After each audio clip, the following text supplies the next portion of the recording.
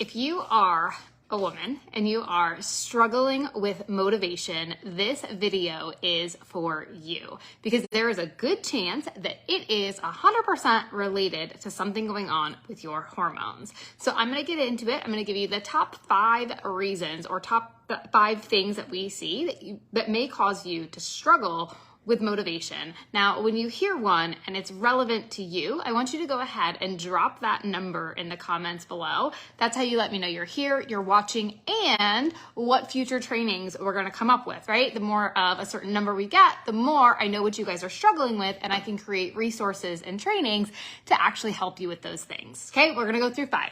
Number 1 is going to be stress or cortisol. So unmanaged stress, whether it be physical stress or emotional stress, it essentially causes an excess of cortisol. So a lot of people don't think of cortisol as a hormone, but it's actually sort of at the top of the hormonal hierarchy, essentially. And so if your cortisol is unchecked and out of control, it can actually cause your body to stay in fight or flight, which is going to down-regulate your metabolism. It's going to down-regulate your thyroid. It's going to down-regulate all of your other hormones. And so it's kind of like a master for all the other hormones. So of course, you're going to struggle with motivation. You're going to have fatigue, brain fog, low energy, and things like that. So number 1 is going to be unchecked or unbalanced stress is going to wreak havoc on your motivation. All right, number 2 is your thyroid and your adrenals. So this really kind of ties into number 1, but taking it one step further. So again, if you are go, burnt out, not sleeping enough, no days off, lots of cardio, lots of HIIT, and lots of super low carb, your thyroid is down-regulated, right? And your adrenals are absolutely shot, okay? And so these are responsible for energy, mood, motivation, things like that. And so these are a major cause for low energy, low motivation. Or if you're one of those people that's always like tired but wired, or you run on caffeine, these are all really good signs that your thyroid hormones are off and your adrenals are absolutely not happy with you. Okay. Number 3 is your hunger hormones. So a lot of us think of hormones and we think of just our sex hormones. Number 3 is going to be your hunger hormones. And so what do I mean by that? Well, if your hunger hormones are off, you're going to be edgy, you're going to be tired, you're going to have like mood swings and irritability. Your hunger hormones can be off for a number of different things. Number 1, not eating enough.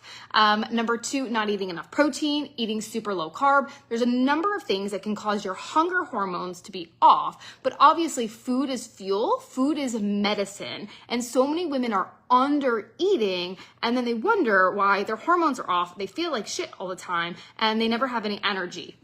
So hunger hormones are a big one, and regulating them. That also ties into your blood sugar, which we're not going to talk about today, but it definitely ties in. Number 4 is estrogen dominance. So a lot of times when you go to a doctor and they're looking at your hormones and they say everything is normal. Okay, well, our hormones need to be in the right ratios. They need ratios. And so something we see a lot is estrogen dominance. So estrogen is like your fire.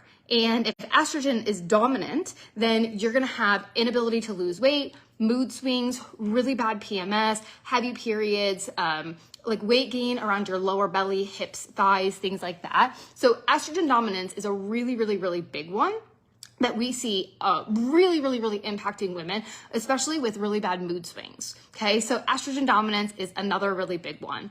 The last one is gonna be all about sleep. Okay, number 5 is sleep. How many of you guys have dropped every number in the comments so far, right? So if you haven't dropped a number in the comments, remember, that's how I'm gonna make future trainings. So when you hear your number, drop it in the comments. Number 1 was stress, number 2 was your thyroid and adrenals, 3 was hunger, 4 was your estrogen progesterone ratios off. Number 5 is going to be sleep. And so the process of sleep regulates so many of our hormones, including our growth hormone.